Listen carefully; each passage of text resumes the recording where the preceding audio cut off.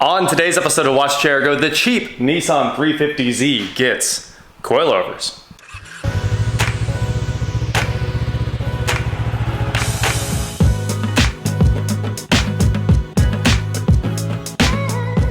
What is going on, guys? I am Watch Chair Go, and like I said, today we are here with my $1,500 350z that at this point I think we have about probably right around $2,000 in. So not a lot of money in the drift car, but there was a big problem. As you guys remember, when we first pulled this thing in, I showed you the coilovers, they were junk. And in the last video, things went wrong when the nuts themselves and this, look at all the metal shavings in there. Everything backed off that coilover and it just kind of fell apart on the first drive. So today we're gonna replace those coilovers with the same coilovers. You know what? Do the same thing, get different results, right? That's how it works. I know it's a saying and everything. Max Speeding Rods reached out to me and said, can we send you some coilovers for the car and hook your viewers up with a discount? So I said okay, because you know what? It's what's on the car and it's a budget build, and our idea here is to keep the cost as low as possible and go drifting. Bonus, there will be a discount code in the description below, 12% off your Max Speeding Rods order. There's still more things we need, like you know, that second set of calipers for a hydraulic e-brake and an angle kit, a few things like that. But coilovers, we gotta have those, because right now, the front end was just pushing all over. It was just understeering all over when I tried to do donuts. That's not what we want. We want this thing to hook up. Since the body of these coilovers was completely rusted out and I didn't have the wrenches, I just didn't even try to adjust the ride height. It needs to come up quite a bit so we can get this car to actually drive down the road instead of just looking hot boy. So our game plan today is to get the quick jacks under the car, lift it up, and drop these coilovers out. Install new coilovers, raise it up a good inch. I'd like to see another inch out of the ride height, a lot out of the back. I'm gonna lift the back up as far as I can, I think. Honestly, this is one of the biggest improvements you can make on your car, doing coilovers and getting the ride height correct. It'll make it handle correctly. I'm pumped about that. I hope you guys are too. Let's get to work. I'd also like to take a quick moment of silence for Taco Bell ruining their entire menu. You're gonna lose us, Taco Bell. You're gonna lose us.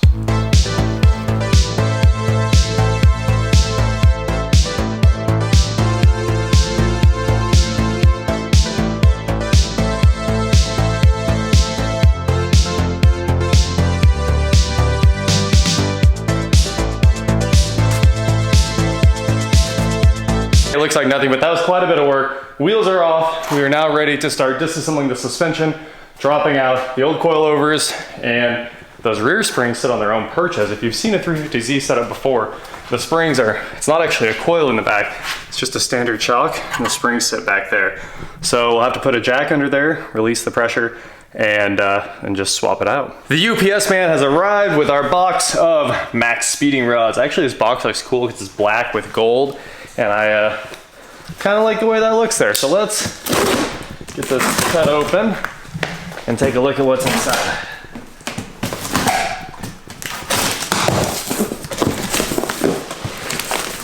This is looking well packed. Okay, it was looking well packed. Customer service card, spring purchase for the rear, springs for the rear, wrenches. All right, so the rear should be pretty fun here. No big deal. Oh, it's gonna be so nice to have actually adjustable suspension in this car. So that's our unboxing. Let's get to installing, and also the wrenches. Also, if you have coilover wrenches, you know, maybe leave them in a door pocket. It's like the courteous thing to do when you're selling a car. Step one down, it's get the car in the air. As you can see, I use the quick jacks. The quick jacks make this super easy. Hit a button and it's done. You can, of course, do this one corner at a time, or just lift up like the whole car and put it on jack stands, which is kind of an easier way to get it done because you can have all the wheels off and just go to town. So on the 350Z, looks like we just need a 17 back here. You'll need your jack a lot. So I'm gonna put the jack under the spring perch back here, where you can see where the current spring's sitting. That way I can take some load off of that. Then we can unbolt this thing easily and start swapping parts. Super easy. 17 to get the spring perch, 17 to get the shock off, and 2, maybe 14s to get the strut itself down. So it should be very straightforward. If you get the jack height adjusted just perfectly, the bolt should basically just kind of come out. Lots of corrosion in there though. You can see all the white oxidization of the aluminum.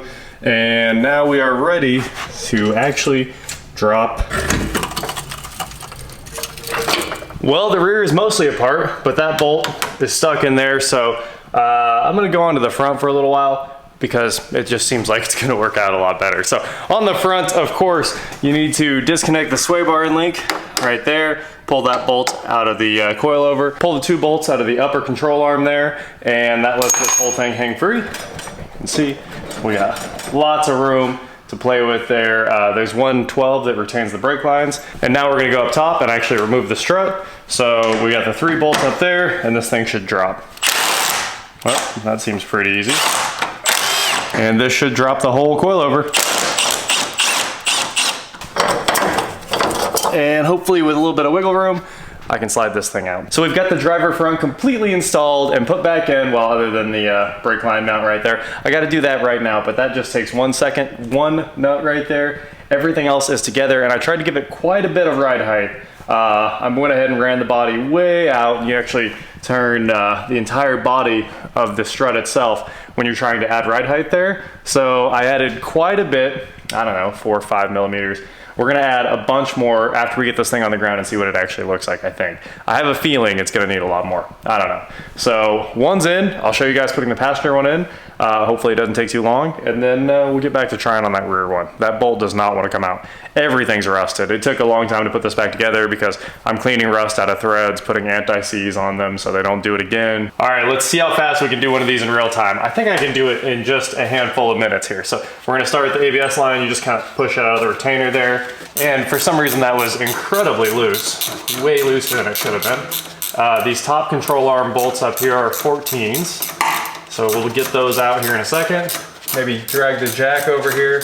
And I'd say once the jack's in, we can release all the pressure and she's good. So here's our brake line. It's loose. That one wasn't really installed in the right position anyway. We'll move it to the side so it's not all folded up back here. Use my foot to break it loose here. If I can see where I'm going. There we go. One nice big crack. Okay, so one down. Now this one over here is just fighting to the death. I'm gonna put all my weight on it real quick. What's terrible is I have to use the fender to brace yourself. Wow, we won. So that's good. Here's our fix for end links that don't want to cooperate. Might have to grip our pliers down just a little bit. Big impact makes quick work of those pesky sway bar links. This thing needs replaced incredibly badly. You can tell it's been on and off many times and they've done it no favors, just kind of ruining the thing. But hey, it's out now and we are ready to drop the shock itself. So that should just be 217s. And here we go.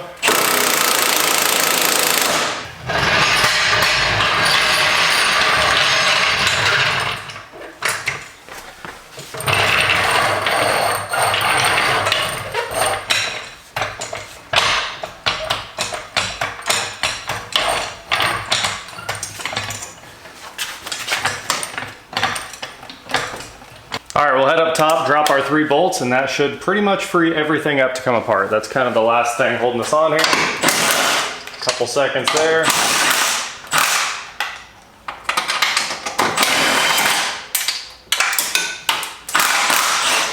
And once that sway bar and link is out of the way, the entire strut assembly basically frees up. So you can at least get in there, wiggle it around, get those bolts out of the upper control arm.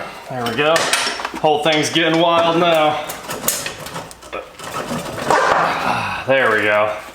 Okay, that should be it. This thing is free.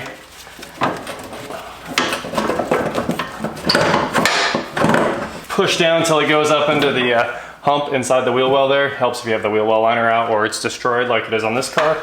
And pull. And that's it. That is junk coilover removal, and we'll throw the new ones in. We should be good to go. At least this thing still worked. That's something. On the install, just do everything in reverse. Pull the nuts off the hat before it goes in. Then you can set up your ride height and all that good stuff. So the bottom adjusts out, that's your ride height, and this is your preload up here. So for now, I'll just kind of leave it where they have it, and then we'll measure everything with a caliper, and it will be finished. Pretty close to where it needs to sit. and then just kind of work it back up in until we're there. To line the bearing plate back up, those 3 bolts at the top, I just kind of put the jack underneath here and then run it up until it pushes them into the hole. Should be very easy, just take your time doing it, and as soon as it gets close, you can finish positioning everything, and it's in. That's all there is to it. Start tightening down the bolts. So the front end is all wrapped up and it's looking great. I think the ride height's gonna be correct, but the back is gonna have to go back together. Unfortunately, the bolts go into a metal bushing that's then surrounded by a rubber bushing that's permanently installed in the rear wheel knuckles there. Well, what happened is I put the impact on there. I tried everything, breaker bar, impact, the hot wrench, the torch, and that rust is completely solidified inside that metal bushing, and the bolt is never gonna come out. So the only options I have now are cutting it completely, which is what I'll end up doing eventually. But if I do that, I have to replace the bushing. The bushing that's in there will still kind of work because it hasn't collapsed. So we're gonna have to put this back for now and just change the springs on the rear. So that gets us halfway, and then I can come back and finish up those shocks later. It's actually really unfortunate, but there's nothing I can do right now because I need the polyurethane bushings, and those will be, you know, they're at least a week of lead time. We need to drive this tonight. So let's button the back end back up with our new springs in the back and the new ride height. Hopefully that fixes all of our problems, and we'll just let those rear shocks keep leaking until I can get the new ones in. I finally have the suspension back together. Honestly, this was another one of those really tough jobs. Coilovers are not a big deal, but on this car, every single fastener's been out. Nuts are wrong. Like, one of the nuts on the back is like a 3/4 inch with probably the wrong thread and everything, and it was somehow put together. Like, every bolt on this car is stripped. You can see the strut tower brace doesn't fit. This thing has just had too much of a rough life. I did go ahead and put the strut tower brace back this time, and we'll see if bolts even fit. Right now the holes don't line up once we get the wheels back on. So we're ready to put the wheels on and put this thing on the ground and see if I can slide it around.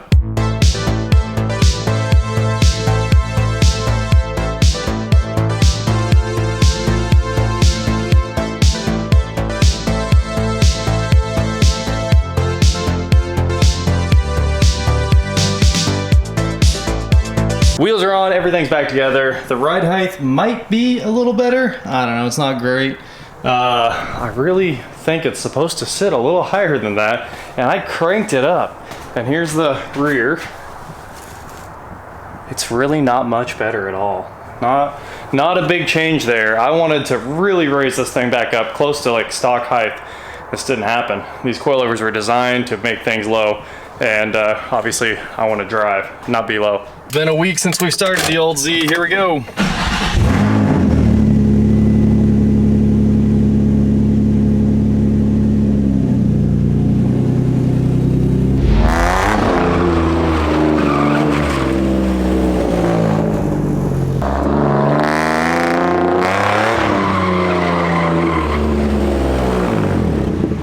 I held traction for like 10 seconds and it still seems like I can't get it to shut off. So I better figure out how you actually do this or pull the fuses, because this thing, it's just not doing it. We're gonna try to fix this in the parking lot. This is the ABS like fuse section here.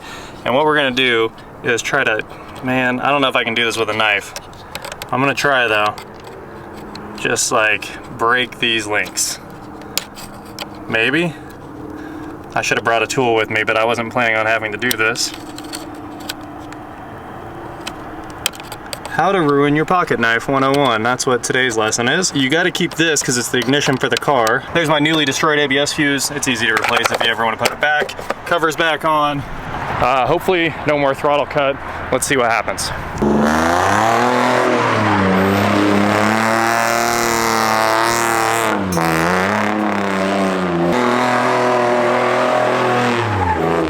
We did it, finally! This car works amazing! It was traction control the whole time. All right, let's get it home. Well, traction control was what I was looking for sure. As you can see now, all the lights are on the dash, ABS brake, traction control and slip stay on, which is awesome.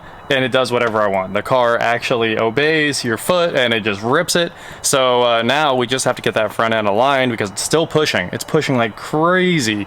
And I think as soon as that's done, we'll be able to do epic donuts. So next trip, we're going over to the Car Ninjas. We're gonna put on the alignment rack and fix this for real. So it's time for me to clean up this shop, and that is it for today, guys. Thank you so much for watching. Don't forget to head on over to shop.watchjargo.com where you get cool shirts, not like this. And please like, share, subscribe, do whatever you want to do. And I will talk to you next time. And I can finally take all of the iron in this old engine to the trash. Well, the recycling, that is.